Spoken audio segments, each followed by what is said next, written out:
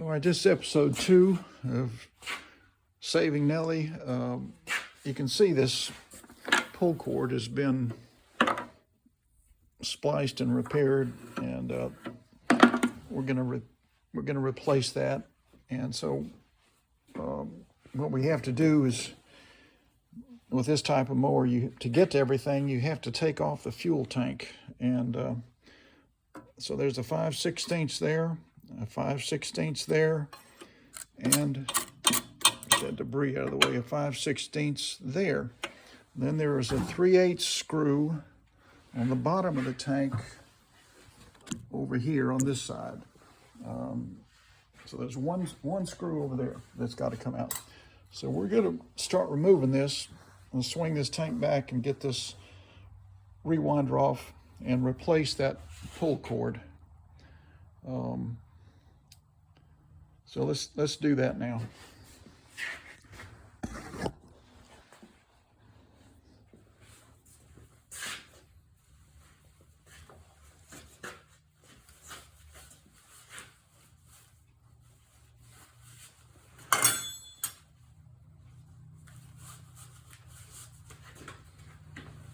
While I'm under here, I'm going to look around and make sure that kill switch is working like it's supposed to. And I check the flywheel key. The blade's not bent, so I don't think that's going to be a problem, but you never know.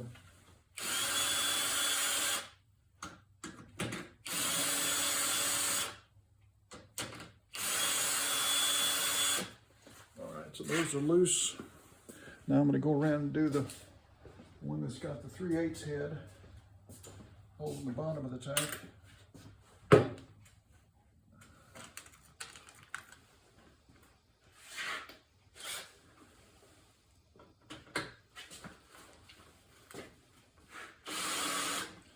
All right, to get that, I haven't taken it out. You got it loose enough to just where this tank will swing back. So let me get my magnet here. I'm going to lift these 5/16 out because I don't want to drop them down into the flywheel area. Get those out. And now we're going to swing this tank back. So that's pretty easy. Don't see any mice or critters yet. There's one more 5/16 screw that needs to come out that holds this dipstick on.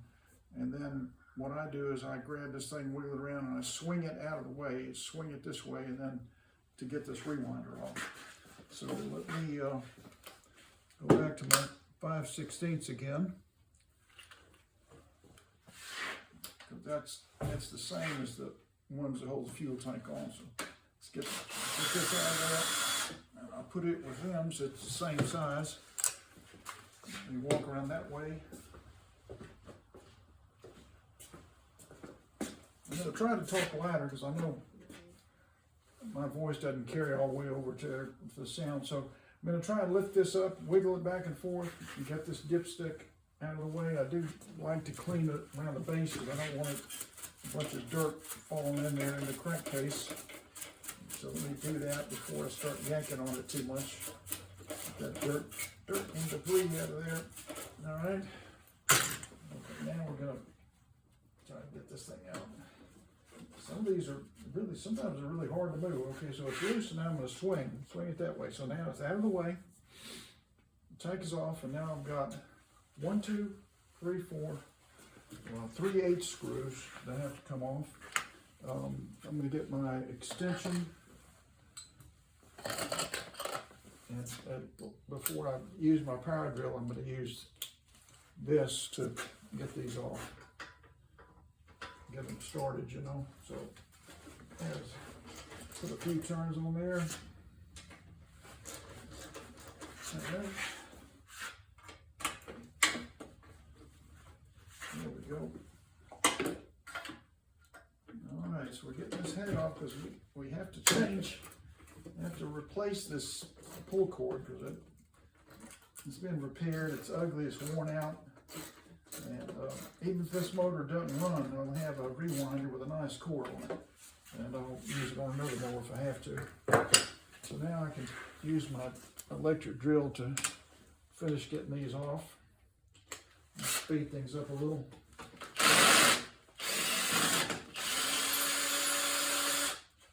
The ones in the front are often longer than the two in the back, so if that's important to you, try and remember that.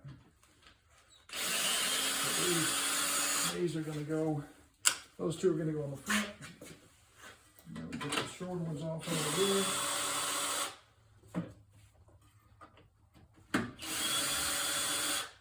And I'm going to get my magnet again to reach down there and grab those guys.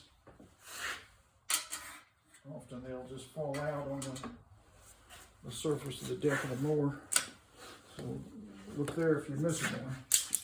All right, so now this is going to slide off.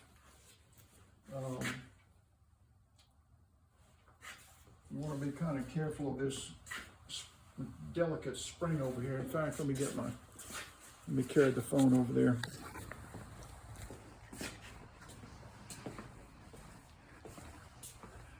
See this, so I've got the tank back, got the dipstick swung out of the way, and this is ready to lift up. I'm gonna be looking for, mice and black widows and stuff. I don't think anybody's gone into this, so that's always good.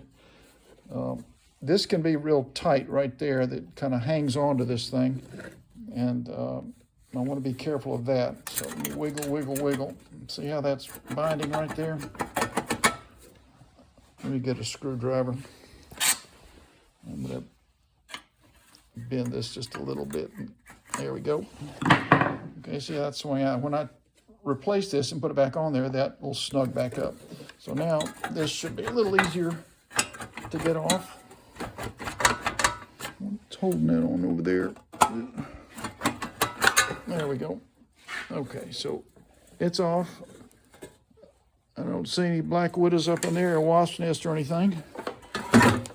So let's get this thing out of the way here.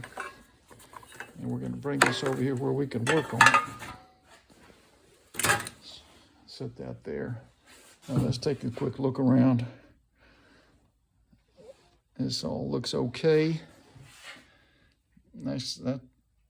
This is that thermostat I was telling you about. When the muffler gets hot, it's going to move this like that, and that's going to move the choke out of the way and allow this motor to run smooth. And then when it's cold, it'll swing back in the position like it is now. So it's in the choke position until it's running and has been running for a little while. So we're going to work on this rewinder and put a new string on it. And what you want to do is, I'm